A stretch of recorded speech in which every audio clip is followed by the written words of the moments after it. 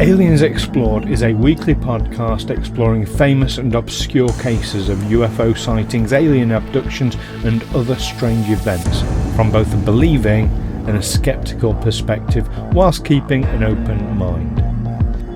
I'm Stu Jackson, a professional actor and amateur ufologist with a particular interest in the crop circle phenomenon. I'll be debating that otherworldly visitations are real. The truth is out there. And I'm Neil Kelly. I'm a professional actor as well and used to work for the military as an intelligence analyst. I'll be arguing from a more doubtful point of view. I mean, it's all a bit far-fetched, isn't it? One thing Stu and I can agree on is that most of our listeners will have heard of Area 51. Area 51 is at the heart of everything we know or think we know about alien visitors. It is a familiar reference point for anyone with even only the most passing interest in UFO phenomena. But what about Area 52? We've heard reference being made to it in many sci-fi shows, including Stargate and Doctor Who. But there are those who contend that Area 52 is actually a real place, more secret, or at least less famous, than Area 51. Join us on Aliens Explored as we delve into the question of where, or what, is Area 52.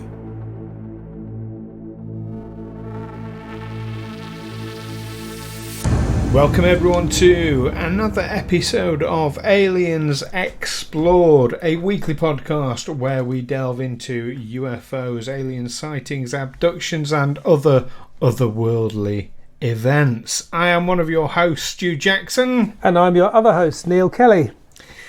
And today on the show, we are discussing, well, I think it's fair to say, isn't it, Neil, that everyone's heard of Area 51? I think anyone who has even had even the most passing interest in UFOs and alien visitations will have heard of Area 51. Anyone who's watched the X-Files, anyone who's had anything to do with it, they will know about Area 51. Certainly the sort of people who are likely to be listening to a UFO podcast are likely to have heard of Area 51. But quite likely to have heard of Area 51. Do you know what? We're not talking about Area 51 today. We are actually talking about Area 52.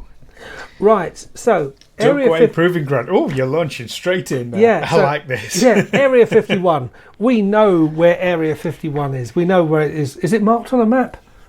I mean, we at least know where it's probably maybe not on official maps. Absolutely, yes. I mean, if you bought an Ordnance Survey map of Nevada, or is it Nevada? Or I believe it's Nevada. Yeah. Would it actually be marked out Area 51, Forbidden Area? I think they just refer to it as like military base or, I don't know for certain. Perhaps some of our listeners can message us and let us know. How is it marked on maps in America? We're not in America. Because they can be quite cagey. I mean, I remember during the anti-nuclear, the Greenham Common protests of the 1980s. If you travelled up the motorway, you'd see these little roads leading off it, and there'd just be a sign saying service road, authorised vehicles only. And anti-nuclear activists went and defaced those signs and said, "This is a lie. This is the road that leads to nuclear base, whatever." That's. Well, you have, especially around Roswell and those sorts of areas, you have a lot of things associated with it. So I think Area 51, well, funnily enough, I mean, you've kind of hit onto an interesting aspect with Area 52 here.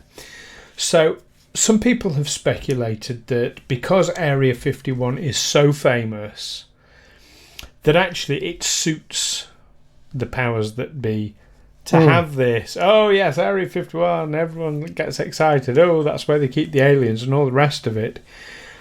Because some people theorise that the much more high security and secretive Area 52, which is a few hundred miles northeast from Area 51, out in Utah,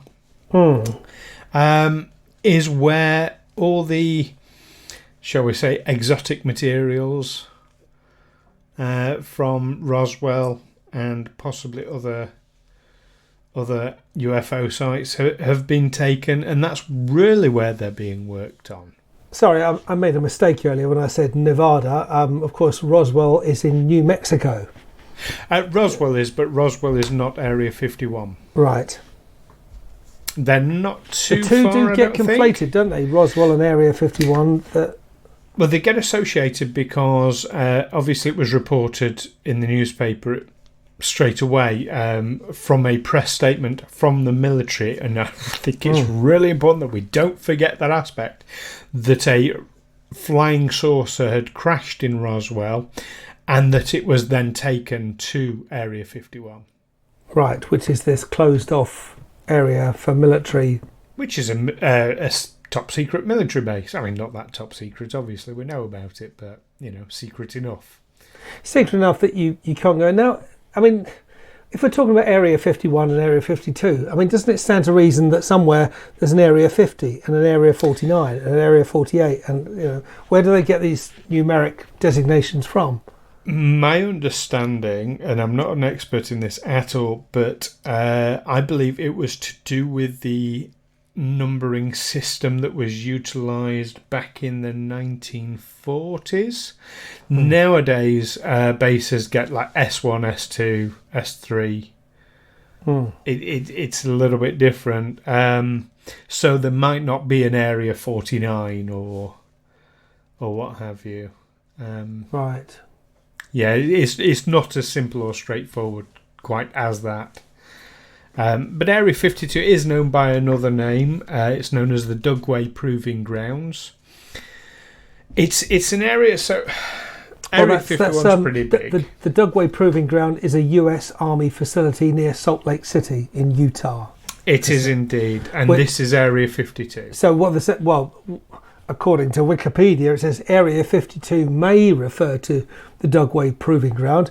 It may also refer to the Tonopah Test Range, a military installation near Tonopah, Nevada, because of course in that area, I mean that's a vast area of desert. That's where I don't know about nuclear weapons, but atomic weapons were tested. Oh, initially, absolutely. Weren't they? And people would go to Las Vegas. One of the attractions of Las Vegas was to be able to go up on a roof with your cocktail and watch an atom bomb go off in the distance. Yeah. How hazardous an activity that was, I don't know. And of course, Las Vegas has all sorts of. I mean, it was basically built by the mafia, wasn't it? As a gambling paradise out in the desert, a money making machine for them. But it's also where I understand that's where drone pilots are based. All the American drones that are carrying out targeted assassinations all over the world, their pilots are in Las Vegas, presumably blowing their paychecks between shifts on the roulette wheel and the crap games. Yeah. Now that means something else to us over here in the UK. Crap means bad. It's rubbish. Or if you say something is shit, we would say it's crap. I think Americans have that as well. Americans say, "Oh crap," yeah. And then when they say, "Oh crap," it's a nicer way of saying it's a bit nicer than saying, "Oh shit." But they're not referring to throwing some dice down a table while playing the price call girl holds your drink for you. As long as it's just your drink. But let's not go there. It's not that type of podcast. Okay. So Area 52, it's appeared in many fictional places and areas in movies and television programs. It's the code name for Stargate Command in the Stargate universe. It's a secret government facility underneath Area 51 in the movie Zoom. I haven't seen Zoom, have you? Yes, I have, yeah. Okay. It's Tim Allen. Right. Yeah. Okay. Yeah, it's a cheesy kids superhero movie, but let's put the fictional side to one. So the only reason it's used fictionally is because of Area 51, and it's let's make it sound like Area 51. Let's call it Area 52, and so it gets utilised a lot. Yeah, because when you first said let's talk about Area 52, I thought, oh yeah, Roswell, all that, and I thought, oh no, wait a minute, that's It adds a pause for thought and think, oh no, wait a minute, that's Area 51, isn't it? I was getting confused. Absolutely. So this one, so let's refer to it then in that case as Dugway Proving Grounds from here on, for ease of for avoidance of confusion. Mm-hmm. So we're talking about a place that is 3.5 times the size of Area 51. It is massive. It is, as you very rightly say, in the middle of nowhere. They call it a proving grounds. There are signs up everywhere talking about, do not come in because, there's explosions, there's, all this kind of thing. Well, yet there is no evidence. According to Wikipedia, Dugway Proving Ground is a US Army facility established in 1942 to test biological and chemical weapons. So you really don't want to go there. Well, you could they die really a horrible want death. to put you off going there, don't they? But here's the thing. So you've got all these signs up saying, do not come in, live, it's live explosions, it's live mines, it's bombs being dropped here, whatever the actual signage says. But they're making this absolutely clear to you. Yet there is no evidence. When you look, you can use the most powerful, what they call binoculars. The word escaped me for a moment. Use the most powerful binoculars going. You will not see any evidence of explosions having taken place. Well, no, if they're biological and chemical weapons, they're not going to leave craters, are they? They blow away. What I'm saying is the signs don't say beware there's biological or that it's a biohazard. They say do not come in because we are exploding things here. And there is no evidence of explosion. So they're lying. Well, no, not if they're aerial bursts or if it's biological or chemical weapons. During World War II, Britain tested a biological weapon on a Scottish island. They tested the weaponised anthrax. And I think that island is still not safe to go to now. Okay. So 70 or 80 years later, that you really don't want to... you can't see anything there, but you'll die a horrible death if you... And I bet they say, don't go there, it's a biohazard. I bet they don't say, don't go there because you might get blown up. Because you wouldn't get blown up. They're saying, do not come in here because you might get blown up. They're not saying, do not come in, it's a biohazard. That's what I mean, they're lying. They're lying about the reason for not coming in.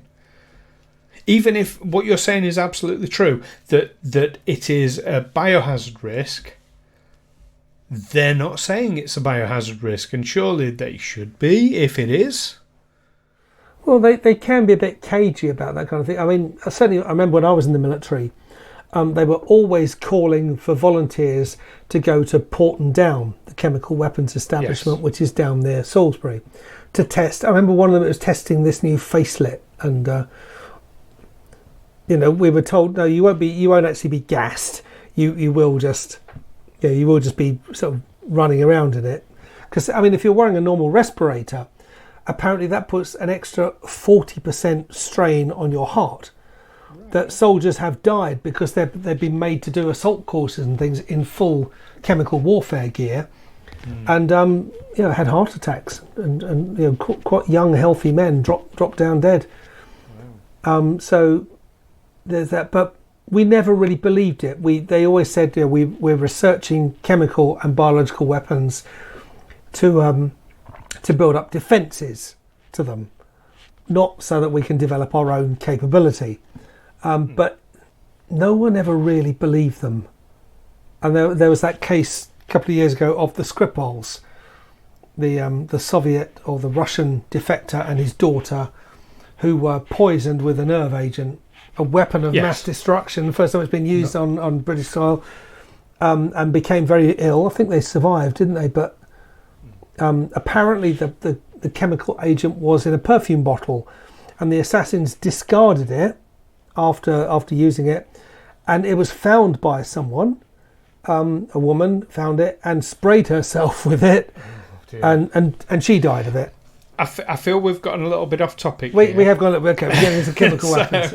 So either way, all right, I get what you're saying, that these things do happen, and of course they happen, and I understand that biohazards happen, but they're not saying it's bad. They're saying do not come in because you will get blown up. Well, which is clearly a lie. On Wikipedia, it says Dugway's mission is to test United States and Allied biological and chemical weapon defence systems in a secure and isolated environment. Yeah. Okay, Wikipedia gets a lot of things wrong. So yeah, I mean, but what I know from my own experience in the military is you don't need a chemical or a biological weapon to test a defence system against it. You can use other things. You don't need a nerve agent or you don't need mustard gas to know whether your respirator is secure or not. You can use other things. Okay, to fair check enough. whether the seal works. That sort of thing. How many hectares do you need to do that? Well, I mean, if they're doing it at Porton Down, they're doing it in a backyard, basically. I can imagine if in America they're probably doing more extensive tests. They're probably testing, deploying chemical weapons from an aircraft. So the plane flies over and just sprays an agent over an area. Yeah, you need a slightly bigger area for that. And this is hundreds of kilometres. Well, America does benefit from having these wide open spaces, doesn't it, that we just don't have in the UK. It does, and there is something that kind of supports what you're saying a little bit, in that across the area you don't have much above ground. You've got some very large hangar-type buildings, sort of a road network. We only found this out relatively recently. I'll come on to that in just a moment, though. And it has been speculated that most of it happens underground. Now, that's been said by people who claim to have had reason to visit. One of them, do you remember way back in episode 3, we discussed Bob Lazar? Who claims to have worked on flying saucers. And do you remember where he claimed to have worked on them? Now, I think I've got a note somewhere that... I'll give you a clue. We're talking about it in this episode. Was it at Dugway? It is Dugway Proving Ground, Area 52. Bob Lazar, he worked on flying saucers at a place called S4 or Site 4. Yes, S4 within Dugway. It says that someone confirmed to the I-team on the wire that there is more than one S4 on the test range, and one of them is at TTR. TTR being Tampa something. But yeah. Now, military watchdogs say they don't believe there's a big underground operation. I mean, one guy claimed that he was driving a cement truck down there. They're saying there's an underground facility capable of housing 25,000 people or troops. He says he heard part of this from a cement truck driver who worked out there, who said it would take 4 hours to get to the bottom, dump the cement, and then wind his way back up. So, although that cement truck driver later disappeared, but there you go. So there's that. Which, if it was chemical testing, you could understand them doing it underground. You want to be safe, you want to protect people and do it as far away from people as possible. I understand. So why would they then say, oh no, there's nothing underground?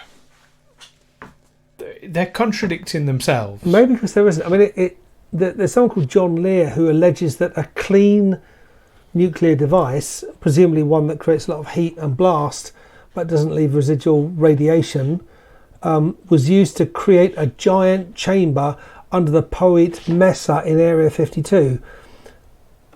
Produced this capability. Now, my understanding he's been discredited though, mostly.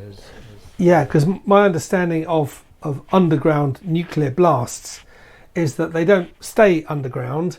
They actually blast up through the surface, and all the material that they blow into the air becomes radioactive isotopes. It's an underground bomb is a very, very dirty bomb.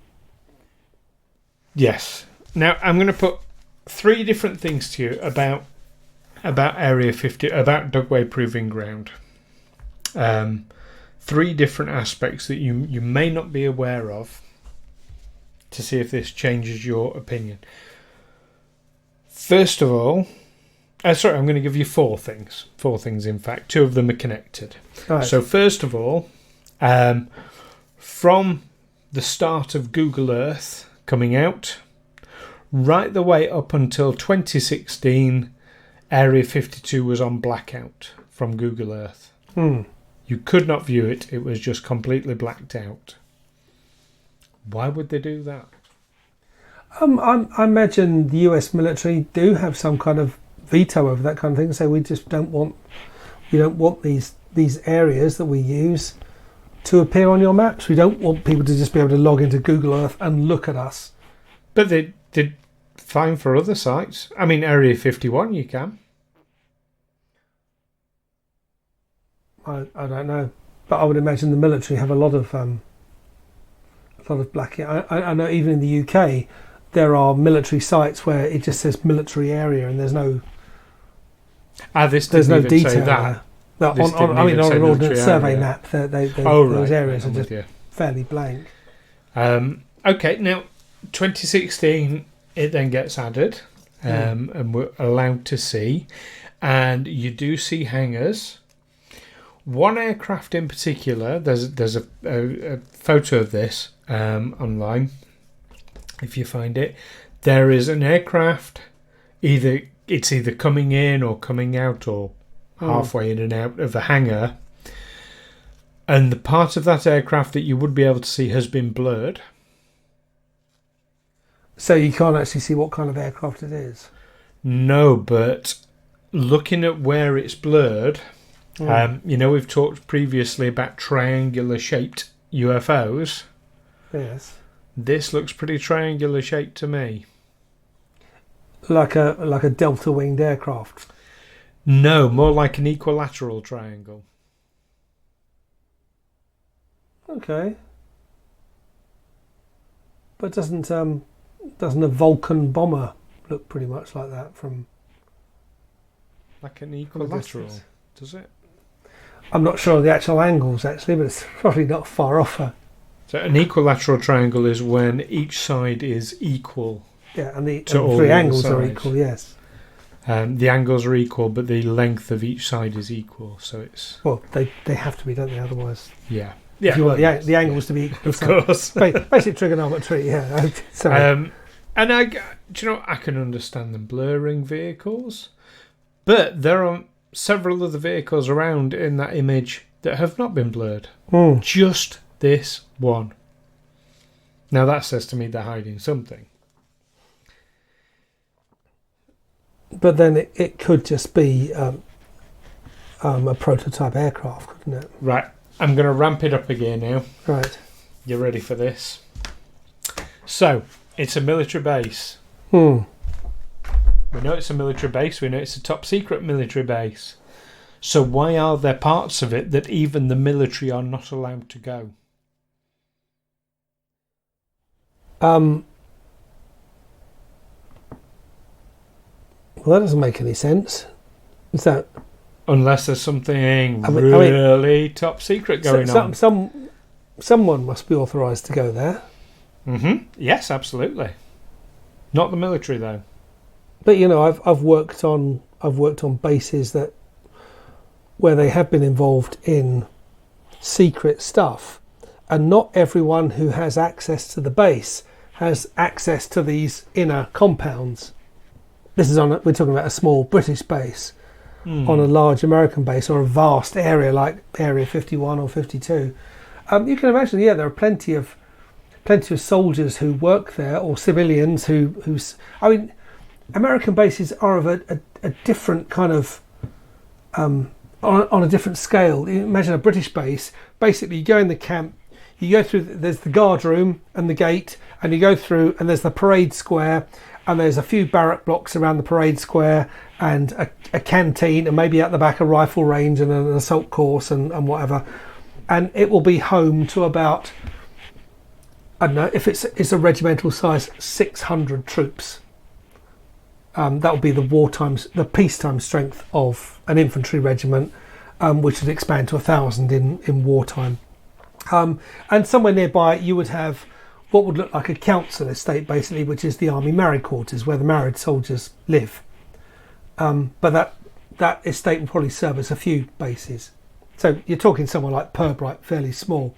If you go somewhere like Fort Lewis in Seattle, where I went on a detachment, I remember we drove in the base, and I thought, and we just kept driving, and then we went past an airfield, well, a major, like an airport, and through traffic lights, and we kept going. I mean, I remember one time my mate and I decided to walk back from the NCO's club back to our barracks, and it took us over an hour. And this Fort Lewis has something like 100,000 troops based there, and with the civilians who service it as well, it's a population of about 250,000. At the time, we were told there are 2 murders every week on average on this base, and 2 rapes, unfortunately. It's on an American base is on a completely different scale to a little British army barracks. Yeah, we have towns that aren't that big. Yeah, it is somewhere like Fort Lewis. I mean, America, places like Fort Worth in Texas, that's a major town with over 1 million people in it. But it started out as a fort. It would have just been a secure area where settlers could have settled down. Okay. So in America, you are talking about these vast base areas, and there'll be some areas where only specific authorised personnel are allowed in. That's fair enough, but it has been alleged that part of this, and the military not having access to parts of it, the claim is that basically at Area 52 they have no oversight. The military don't have oversight. Well, the people running it, which is alleged not to be the military. Although the military will probably be involved in a protective capacity. And if you tell a soldier you've got to guard this facility, but you're not allowed in, and no one's allowed in, it would take someone very strong-willed or very poorly militarily disciplined to break that rule. Oh, absolutely. Soldiers will stick to it. Yeah, absolutely. Although there is a story about the UFO investigator who was approached by someone claiming to work at Area 52 and met them in a cafe, and they sat there and they pull out this photograph of themselves stood they were like with a colleague, like another soldier, stood next to a Humvee, and then in the background, very clearly, bold as brass, you've got a UFO floating. Okay. Now, apparently, this UFO investigator, when he reached out to take the photo, they wouldn't even let him hold the photo because they're absolutely banned from taking any photographs whatsoever. So we don't have evidence of that. So it is hearsay, unfortunately, but hearsay. That would be a stonking one. Okay, I'm going to give you my last bit of querying on this then. The Genesis space probe. Now, this is a space probe sent out into space to collect interstellar matter. It comes back to Earth. It enters Earth's orbit. Something goes wrong, and it ends up just completely out of control. It's heading towards a city. I forget which one. And, we're talking massive devastation if it hits. It is moved off its trajectory. This is public knowledge. It is moved off its trajectory. Now, I didn't know that we even had the technology to alter the flight paths of things like that. But it My is, understanding of space probes was they're not supposed to come back. We send them out, they gather information, and then as soon well, as they're, you know, as soon as this they're wasn't gathering contact, they information. just keep going. This was gathering physical material. Hmm. So, yes, it needs to come back to deliver the material. And where did it go? Do you know? Yes, it was deliberately veered off course. No, I mean, where did it go in space? Did it go- I'm not 100% certain of that, but it's there on Google. I mean, have we had craft that have, for instance, orbited Mars and come back? I honestly don't know. But this specific one, that's not the interesting thing about this. So this is a spacecraft that is being brought back to Earth. It's lost control. It's heading towards the city. It is veered off its course, off its crash course. It's wildly out of control. There's video footage of it tumbling through the air. It is redirected somehow. Still don't know how, technology-wise. And it crashes, guess where? Area 52. Area 52. Isn't that convenient? Well, certainly, where there's an orbiting craft, and they know that it's going to come down, and they want to make sure that it doesn't come down on a city like Skylab, that they can cause it to fall out of the sky at a certain point, can't they? They can roughly guess. Okay, and I remember in the early 80s, possibly it was 1980. When was it? I think it was Skylab coming down. They said this thing is about the size of a bus dropping out of the sky, and it was going to come down somewhere in Lapland. And so the Swedish or Finnish government spent an awful lot of money going out to this fairly sparsely populated area, and with helicopters and evacuating people before this thing came down. Although someone worked out later that your chances of being killed in a helicopter crash whilst being evacuated were actually far greater than being hit by this thing when it came down in this remote region. Yeah, but it's not just being hit by the thing; it's the collateral damage that it does around when you get a massive impact like that. But that wasn't the case with this. It was already coming down, and it was coming down onto a city. I didn't know so they could it wasn't alter that they'd. Yeah. I don't know how they did it. I thought they could identify basically work out where it's going to enter the Earth's orbit, enter the atmosphere, and then that's it. It's just a free falling object then. Yeah. Now there is a theory that perhaps one of the things that has been developed at Area 52 is an anti-spacecraft device, and they were testing it. Well, are we straying into Ronald Reagan's strategic defence initiative here? Well, no, that was just lasers blowing up missiles. Well, I mean, the technology we've seen for that is basically satellites being used as weapons, either blasting other satellites or attacking targets on Earth with rail guns and things. But also there was the anti-missile defence, wasn't there? The Patriot missile system, which not half as good as it was made out to be. But that was a spin-off of that because basically an interballistic missile coming in is a spacecraft, isn't it? It goes into orbit and it re-enters over the target. So they can put an ICBM on a certain spot. Shooting something down is one thing. Using a tractor beam like off Star Trek is a bit different, though. If they used a tractor beam, but my understanding is that that with an intercontinental ballistic missile with multiple warheads, a MIRV or a MARV, once those warheads enter the atmosphere, they can then be guided to their targets. Well, yeah, no, I'm talking about this satellite that was heading in one direction. Oh yeah. How did they get it to veer course? Unless it was some form of tractor beam. If it was like a warhead from a missile, presumably they could have that system in a satellite. They say, okay, well, once this thing's come through the Earth's orbit, we can actually guide it. I'm thinking it's more of an for want of a better term, an anti-flying saucer device.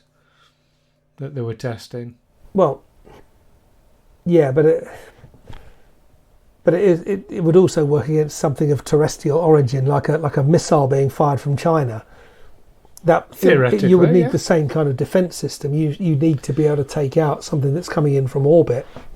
Well, yeah, but if you're bringing that object to you to crash rather than destroying it, so if it's a missile, you're going to want to destroy it. So if it's an alien spacecraft, you're going to want to bring it in to crash as close to you as possible, as close to where you are going to want to dissect it. Yeah, so there's two separate things here. It's whether we're talking about a defence system for shooting down things that are coming in from orbit, or whether we're talking about controlling the trajectory of our own vehicles that are returning from Genesis orbit. space probe wasn't shot down, so... No, but it was our own spacecraft that was returning, so they needed the technology to be able to guide it. But what was that technology and what's its real purpose? Well, so the space shuttle, for instance, that's guided. Once it's come through orbit, it's basically a glider, isn't it? It's coming in, but it's got a pilot sat in the cockpit. Well, it's not too far-fetched to imagine that could be remotely, a smaller vehicle could be remotely controlled. I'd strongly suggest finding the footage of the Genesis space probe coming in, because it is very clearly totally and utterly out of control. It is just tumbling massively through the air as it falls. Wow. There is absolutely no control within the vehicle, within the probe apparent itself. Control, but somehow you say they guided it to not crash on a city. Yeah, it was falling like a very tumbly rock. And presumably, if something was coming out of orbit heading towards a city with massive destructive capability, it's only if it's one of ours and we've built in that steerage capability that we can do that. We couldn't, if a Chinese nuclear warhead was coming towards an American city, they couldn't steer that away to the ocean or the desert. If something is tumbling, though, steering is just not an option. No.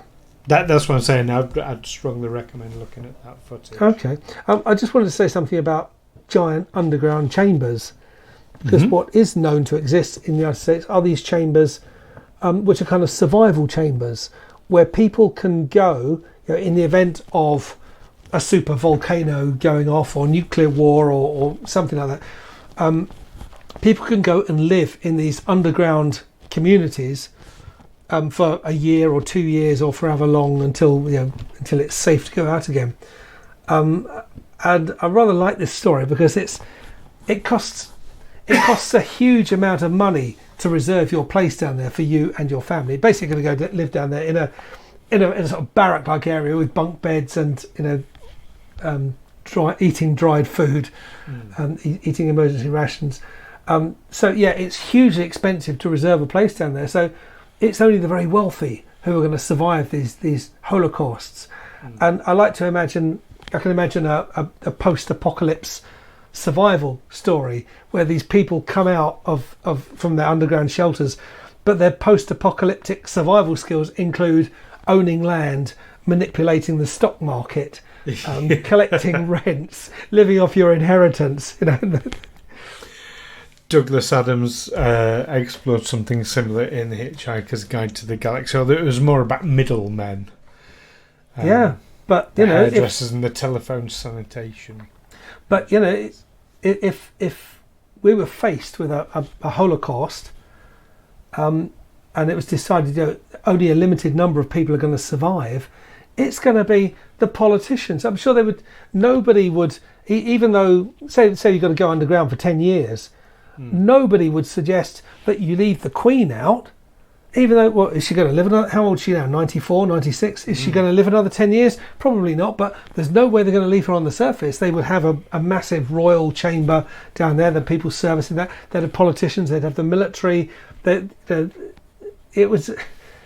rich people. Basically, it's going to be rich people who will survive anything that happens. So we don't know what a post-apocalyptic world would look like, but we do know that they'll be able to speak Latin. They will have a smattering of schoolboy Latin, which they can use for irrelevant non sequiturs when they don't know what else to say. if our Prime Minister's anything to go by. We've run a bit over, so let's do our summary then. So Area 52, Dugway Proving Grounds. Come on then, Neil. Have we convinced you that it's anything strange or weird or otherworldly going on? I'm sure that the military has all sorts of proving grounds out in the vast wastes of Nevada, Arizona, New Mexico, many of which are not open to the public, and I think there's all sorts of speculation as to what they might well be doing there.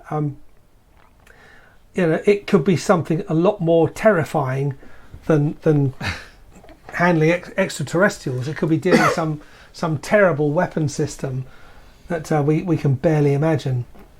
There could be concentration camps there. There could be something absolutely dreadful going on, for all we know. So, well, for me, I mean, because of that, because yes, there are all these bases all across America. Many of them are highly top secret, and all sorts of strange things going on at them. But none of them have all the stories coming out that Area 52 has built up over the years. None of them seem to have the flurry of UFO activity around them, or so much strangeness and strange stories coming out that we've barely scratched the surface of here. So that suggests to me, I suppose I'm kind of a no smoke without fire person on this occasion. I'm not normally like that, but yeah, on this occasion, no smoke without fire. But what do you think, listeners? Is it all mundane? Is it all just normal military, nothing to see here stuff going on? Or are they dissecting grey aliens? Or are they actually working with grey aliens beneath the very ground in Dugway? Do message us and let us know what you think. Join us next time when we'll be discussing a famous case from here in the UK, the famous Rendlesham Forest incident. Don't miss that one. Until then, keep watching those proving grounds and the scopes. Take care. See you next time. Catch you next time. Bye.